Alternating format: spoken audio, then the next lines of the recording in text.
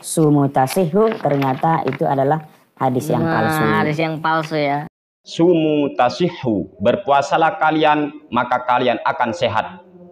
Hadis tersebut menurut si Ustadz itu katanya merupakan hadis yang palsu, intinya gimana lah, kurang baik ya terhadap hadis itu. Sekarang mari kita bahas apakah benar hadis sumutasihu, berpuasalah kalian maka kalian akan sehat. Apakah benar hadis tersebut merupakan hadis palsu? Di dalam kitab Al-Fiqhul Islami wa Adillatuh, ini punya saya di juz kedua, ini Darul Fikr, karya daripada Syekh Wahb Az-Zuhaili, tepat di halaman 500. Qala an-nabiyyu sallallahu alaihi wasallam sumu tasihhu. Qala an-nabiyyu sallallahu alaihi wasallam, Rasulullah sallallahu alaihi wasallam atau Nabi Muhammad sallallahu alaihi wasallam bersabda, sumu tasihhu, berpuasalah kalian maka kalian akan sehat.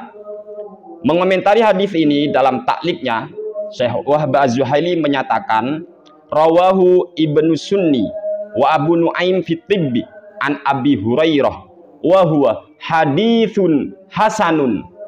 Ternyata hadis sumu tasihhu, berpuasalah kalian maka kalian akan sehat, di sini dijelaskan bahwa hadis tersebut merupakan hadis hasan, bukan hadis palsu atau juga bukan hadis dhaif teman-teman, tetapi merupakan hadis hasan. Bahkan kalau kita mau melihat di kitab-kitab yang lain, contohnya komentar daripada Imam Nuruddin Al-Haythami di dalam kitab beliau yang bernama ini ya, Majma'uz Zawaid wa Manba'ul Fawaid, tepat di juz ketiga halaman 179, terbitan Maktabatul Qudsi. Di sana dijelaskan, an Abi Hurairah taqala qala Rasulullah sallallahu alaihi wasallam, uzu taunamu wasumu tasihhu wasafiru tastaghnu, rawahu Tabarani fil Awsati warijaluhu thiqatun. Jadi ternyata hadis tersebut uzu taunamu wasumu tasihhu, dan berpuasalah kalian maka kalian akan sehat, ini teman-teman, ini ternyata diriwayatkan oleh Imam At-Tabarani dalam kitabnya beliau Al-Mu'jamul Awsatnya, dan komentar daripada Imam Nuruddin Al-Haythami menyatakan warijaluhu thiqatun. Jadi rijalnya atau rawi-rawinya itu thiqat, dalam artian bisa dipercaya teman-teman. Ini dalam kitab Majma'uz Zawaid wa Manba'ul Fawaid. Begitu juga komentar daripada Imam Abdul Azim yaitu Al-Munziri dalam kitab beliau yang bernama At-Targhib wa Tarhib. Sama persis dengan pernyataan Imam Nuruddin Al-Haythami, keterangan daripada Imam Al-Munziri, wa an Abi Hurairah radhiyallahu anhu qala qala Rasulullah sallallahu alaihi wasallam, uzu taunamu wasumu tasihhu wasafiru tastaghnu, rawahu Tabarani wa ruwatuhu thiqatun. Jadi para rawinya itu thiqat, para rawinya itu bisa dipercaya teman-teman. Tolong ya perhatikan benar-benar, setiap kali ada ustadz yang berceramah atas nama para ulama itu tolong ya, apalagi menjadi jemaahnya, minta saja, minta ulama siapa yang dimaksud. Nah ini kan lebih enak teman-teman, daripada menurut ulama hadisnya maudhu, ulama siapa dalam kitab apa. Tetapi kalau sudah diterangkan menurut ini dalam kitab ini halaman gini, kemudian juz ke ini, terbitan ini, kan jelas teman-teman. Jadi tidak hanya sekedar kita bacot istilahnya ya, tidak hanya sekedar mengatakan oh hadis maudhu, hadisnya palsu, hadisnya lemah, dhaif, mungkar, apalah. Padahal ulama-ulama yang lain ternyata dijelaskan hadisnya ternyata hadis hasan. Ini menurut Syekh Wahb Az-Zuhaili dalam kitab Al-Fiqh Islami wa Adillatuh. Begitu juga dalam kitab At-Targhib wa Tarhib, begitu juga dalam kitab Majma'uz Zawaid wa Manba'ul Fawaid. Di sana sudah jelas bahwa hadis tersebut riwayatnya, rawinya atau sanadnya ternyata thiqat, yaitu para rawi atau sanad-sanadnya itu bisa dipercaya. Begitulah keterangan para ulama teman-teman. Kita harus berhati-hati dalam menilai hadis, jangan moro-moro maudhu lah, palsu lah, apalah. Karena riwayat-riwayat itu banyak teman-teman. Kadang melalui jalur ini lah, jalur yang ini menurut ulama ini dhaif, tetapi jalur yang ini ternyata thiqat. kemudian rijalnya itu bisa dipercaya. Oleh sebab itu, dalam mencari hadis itu kita kumpulkan dulu seperti para ulama, dan ulama sudah menjelaskan dalam kitab-kitabnya, dari jalur ini, rawi ini, maka begini statusnya, tetapi melalui jalur yang lain ternyata begini statusnya. Nah, ini para ulama pakarnya memang teman-teman. Kalau bukan pakar hadis, jangan sok-sokan ngomong hadis. Buka tuh kitab-kitab para ulama, kitab Al-Fiqh Islami wa Adillatu kek, atau Majma'uz Zawaid wa Mambaul Fawaid kek, atau dalam kitab At-Targhib wa Tarhib kek, itu dibaca sehingga tidak menimbulkan persepsi yang begitu buruk terhadap hadis Nabi Muhammad Shallallahu Alaihi Wasallam.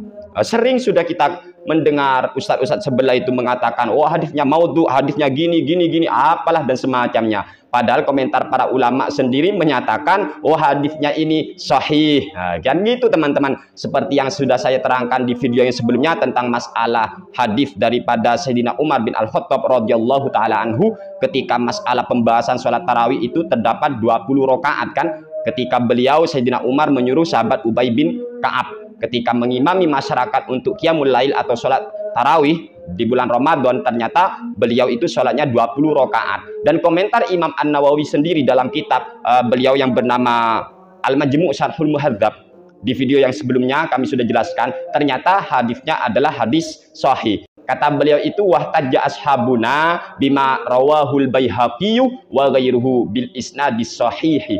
Rijalnya atau sanadnya atau hadisnya itu dengan sanad yang sahih teman-teman.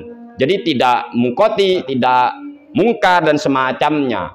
Karena hadis itu ketika bagi para ulama yang mengetahui banyak hadis teman-teman, bukan cuma 1, 2, 3 hadis, itu melalui jalur yang berbeda-beda. Ternyata yang disebut mungkar, mungkoti, ternyata hadis yang ini. Tetapi hadis yang ini ternyata tidak. Lagi itu ulama itu teman-teman. Oleh sebab itu waspada, hati-hati. Jangan selalu bilang, oh ini hadisnya lemah, ini hadisnya palsu, ini hadisnya maudhu, ini hadisnya apalah.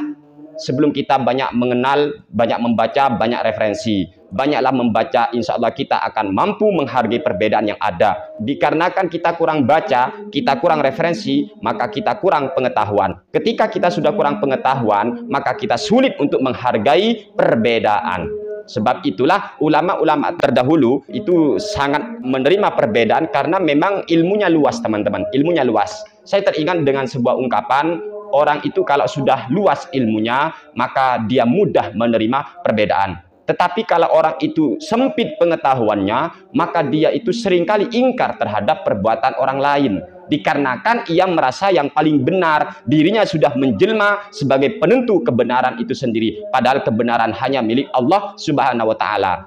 Oleh karena itulah mari kita belajar untuk saling menghargai selama kita punya dalil ya. Ada orang baru moro-moro menyalakan ini, menyalakan itu, semua bid'ah, apalah dan semacamnya. Ya Allah, kami ini gimana? Heran dengan orang-orang sekarang ini teman-teman. Sehingga kembali ke hadis ternyata membuat dia itu keluar dari hadis.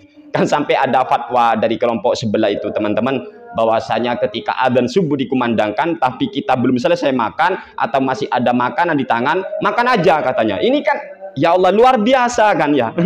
Wong sudah subuh kok masih diperintah disuruh makan, ini gimana ini rek? Padahal sudah jelas di Al-Quran itu makanlah dan minumlah sampai yang namanya fajar. Lah sudah fajar, sudah subuh, ya berhentilah teman-teman. Apa gara-gara itu mereka itu apa ya? Membid'ahkan imsak. Ternyata ajarannya masih memperbolehkan makan walaupun sudah adzan subuh. Inna lillahi wa inna ilaihi rajiun. Dan itu sudah rahasia umum, sudah dibahas oleh channel-channel aswaja seperti siapa itu Ustadz Ali di dalam channel beliau yaitu kajian kitab Turos, dibantai itu teman-teman, pemahaman yang sangat keluar dari kebenaran, keluar dari hadis, walaupun berteriak kembali kepada hadis ternyata keluar dari hadis. Inna lillahi wa inna ilaihi rajiun. Inna lillahi wa inna ilaihi rajiun. Sebab itulah jalan yang tepat, jalan yang benar untuk memahami Al-Quran, memahami hadis, kita kembali kepada pakarnya, tiada lain tiada bukan, ia adalah ulama-ulama kita yang sebelum kita, yang lebih jauh lebih alim daripada kita. Sebab itulah al-ulama warasatul anbiya, al-ulama warasatul anbiya, para ulama para orang alim itu adalah pewaris para nabi. Sebab itulah jangan pernah melangkahi para ulama-ulama kita. Dan kalau memang para ulama berbeda pendapat, mari kita dengan jiwa yang besar, lapang dada, kita menerima perbedaan pendapat itu, sehingga kita tidak saling menyalahkan. Yang mau sholat tarawih 11, monggo. Yang mau sholat tarawih 23 sak witirnya, monggo. Yang tidak mau sholat tarawih pun no problem. Kok malah kita yang sholat tarawih malah saling cakar-cakaran? Ini kan lucu teman-teman ya, lucu.